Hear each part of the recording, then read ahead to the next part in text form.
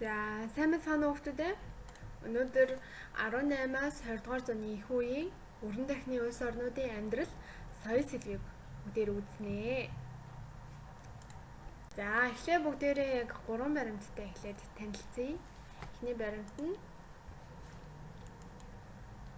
18 дугаар зууны дунд үеэс эхэлсэн хөдөө аж ахуйн ёслолын үр дүнд үндэсний үйлдвэрлэл үлэмж хэмжээгээр нэмэгдлээ. Үр ашиг нь ихээхэн дээшээснээр хүн ам цаашдаа улам олшров. Тариаланчид хотод очиж үйлдвэрт ажилд орсноор аж үйлдвэрийн хувьсгалын хөдөлгөх хүч болвоо гэсэн баримт байна. За үүнээс бүгдээрээ харах юм бол аж үйлдвэрийн хувьсгал явагдсанаар бол үйлдвэрлэл бол нэмэгдсэн юм байна. За үйлдвэрлэл нэмэгдсэнтэй холбоотойгоор бол хүн ам одоо олширч их өссөн юм байна. За гуравтны бол одоо тэр хүн ам нь бол тэр одоо үйлдвэрлэлд ажилд орсноор одоо ингээд маш их тийм нийгмийн амьдралын хувьд бол дээшилсэн байна гэдгийг энэ баримтаас харж болж байна. За дараагийн баримт 2. Хот руу өөрийн ирэхгүй нүүх болсон хүмүүсийн амьдрал ядуу тарчиг бохир заван байв. 19-р зууны эхний хагаст хотод шилжин суурьсагчдын тоо нийтийн үйлчилгээний боломжоос хэтрв. Тиймээс хотын зарим ядуу хэсэгт хүнсний хангамж, ариун цэвэр тааруу байснаас нас баралт маш өндөр хувь төрж хүн амын өсөлт харьцангуй удаашрваа гэсэн одоо мэдээлэл байна. За үүнийг бол яг харах юм бол одоо маш ихээр одоо хүмүүс үйлдвэрлэлүүд тэмүүлж хот руу ихээр нүүж ирснээсээ болоод амьдралын түвшин нь бол нэлээд доошилсон. Түүнээс шалтгаалаад одоо хүмүүсийн амьдралд ороодсон, тэгээ нас баралт ихсэн. Тэгээ тэр нь яагаад нас баралт ихсэн бэ гэхээр хүнс тэжээлийн нутаглалд орсон. Тэгээ нэг газараа хитрхийг төвлөрснөөр болоод одоо эзний одоо хижиг өвчин гарсан. Тэрнээсээ болоод хүмүүс маш их нас барж исэн. Тэгээ нэг амьдралын тааруу боломжоосоо болоод хүмүүсийн өсөлт нь бол нэлээд их багассан байна. За дараагийнх нь баримт 3. 1863 оны 1-р сарын 10-нд уурын хүчээр ажилладаг Лондон хотын метрополитен төмөр зам дэлхийд анх удаа нэгснээс хойш дэлхийн олон хотод газар доор төмөр зам байгуулж метро хэмээн нэрлэх болов. Газар доор урт онгил ухаж төмөр зам тавьснаар олон хүндийн хотуудад хүргэн хямд тээврийн хэрэгсэлтэй болов. Хэдий одоо хүмүүсийн аж амьдрал нэг хэсэг нь одоо дээшлээд нөгөө хэсэг нь одоо хитрхи их ядуу тарчигтай тэгээд нас баралт их байсан ч гэсэндээ шинжлэх ухааны дэвшилтэд одоо техник технологийн одоо хөгжилд бол хүрж исэн гэдгийг бол үүнээс харж болж байна. За ингээд яг 3 баримтаас үзэхэд болвол яг хүмүүсийн амьдралыг бол яг өөр талаас нь харуулж байна. Нэг эхний баримтаас харахад бол хүмүүсийн тоо бол өссөн, үйлдвэрлэл нэмэгдсэн. Хоёр дахь нь харахад бол хотод хит олноор орширж одоо бас хүн ам нэлийн ихээр нас барсан. За энэ 3 дахь баримтаас харахад бол одоо яг техник технологийн хөгжил нь бол бас нэлийн хурдтай явж исэн байна гэдгийг бол энэхүү 3 баримтаас харж болж байна. За яг одоо жил рүү оръё. Аж үйлдвэрийн одоо хувьсгал явагдсанаар техник технологийн дэвшил бол эрчимтэй явагдсан. Тэгээд тухайн үеийн хүмүүсийн амьдралын хэм маяг оюун санаанд нь бол ихээхэн нөлөөлж өгсөн байдаг. За үүн дээр бол яг амьдралын хэм маяг хэрхэн яаж өөрчлөгдсөн бэ гэхээр хүмүүсийн нийгэм дэвшлэх байр суурь нь өөрчлөгдсөн. Одоо хүний хийх ажил одоо тэгээд тэр тухайн хүнийг одоо үнэлэмж зэрэг бүх зүйлс бол маш ихээр өөрчлөгдөж байгаа. За тэгээд хүмүүсийн боловсрол мэдлэг чадвар нь бас их өөрчлөлт орсон. За мөн дээрээс нь ертөнцийг үзэх үзэл альва зүйлийг одоо харах хандлага нь бас түүнийг дагаад ихээр өөрчлөгдсөн байгаа. За шинжлэх ухааны хувьд бол яг одоо уран бүтээлчд нь бол романтизм, реалист чиглэлээр бол зохиол бүтээлээ маш ихээр одоо тойрвж гаргах болсон. За соёлын хувьд бол 18 дугаар зуунаас өргөдлийн орнуудад бол дуурийн урилга бол маш ихээр гарсан. Мөн дээрээс нь балетийн одоо зохиолууд бас илүүтэй их тархаж гарах болсон байгаа. За цаашаа бүгд ингэ дэлгэрүүлээд үзцгээе.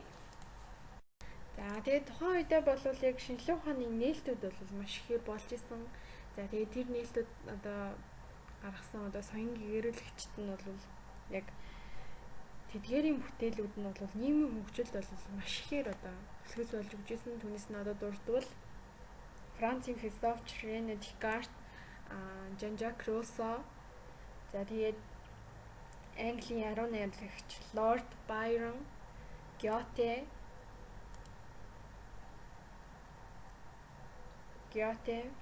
за Шотландын эдийн засагч Адам Смит, зохиолч одоо Александр Дюма, яруу найрагч Бетховен зэрэг бол энэ хүмүүс бол яг тухайн үеийн одоо төлөөлөл болж исэн бас сууд хүмүүс юм аа гэж хэлсэн байна. За 19-р зууныг бол ерөнхийдөө бол дуурийн алтан үе гэж нэрлэдэг байгаа. 18-р зуунаас бол өмнөдийн орнуудад дуурийн урлаг бол маш ихээр тархан болсон гэж түрүү хэлсэн шүү дээ. Тэгээд түүнтэй холбоотойгоор бол хөгжмийн зохиолчид нь бол дуурийн зохиолыг бичихдээ гослол дуучдын хоолой зориулсан бүтээлийг бичих болсон нь одоо тэр дуурийн урлагийг бол ихээхэн хөгжүүлэх болсон гэж үзэж байгаа. За тэгээд энэ үед нь бол яг гоёмсог дуурийн театрын одоо барилгууд бол маш ихээр баригдах болсон байгаа. Түүний нэг жишээ нь Италийн Венец хотын Ла Феничи театр, мөн дээрэс нь Их Британий Лондон хотын Колизеум театр зэрэг нь бол яг тухайн үед бол үнэхээр сайхан гоёмсог баригдсан одоо барилгатай гэдгээр алдартай. Одоо энэ зурнаас харахад бол үнэхээр хийц загвар өнгө зөнжийн хувьд бол сайхан барилгууд байгаа. За тэгээд тухайн үеийг бол яг мөн дээрэс нь балетын цэцэглэлтийн үе гэж бас нэрлэдэг байгаа. Тэр үедээ бол бүжигчдийн уур чадвар, эмэгтэй балетчдын байр суурь бол ихээхэн өссөн үе байдаг.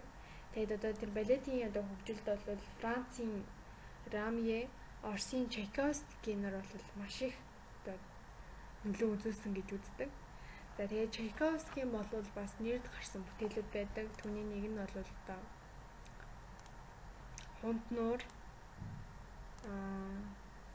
Нойрсож буй гоо згслэн. За тэгээд мөн дээрээс нь Шилгүнчик зэрэг нь бол орж өгж байгаа. Шилгүнчик гэдэг бол бидний сайн мэдэх бол яг цөмөөхөө байгаа. Тийм модон хөвгөлтэй тий. Одоо бүжгэлдэг байгаа шүү дээ.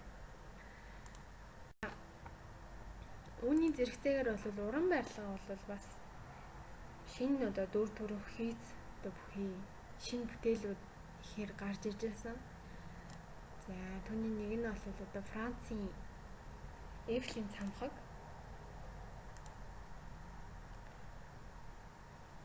Парисын их театр, Их Британий Лондон хотын одоо парламентын барилга зэрэг нь бол гоёмсог барилга цамхгууд баригдсан нь бол одоо хүртэл бол гайхагдаж байгаа билээ.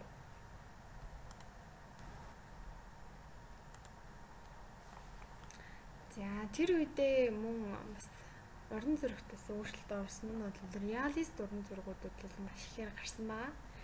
За энд яг жишээ татаж оруулах нь бол яг реалист уран зургийг бол яг байгалийн гоо згслэндээ гаргасан хоёр зургийг татаж оруулсан байна.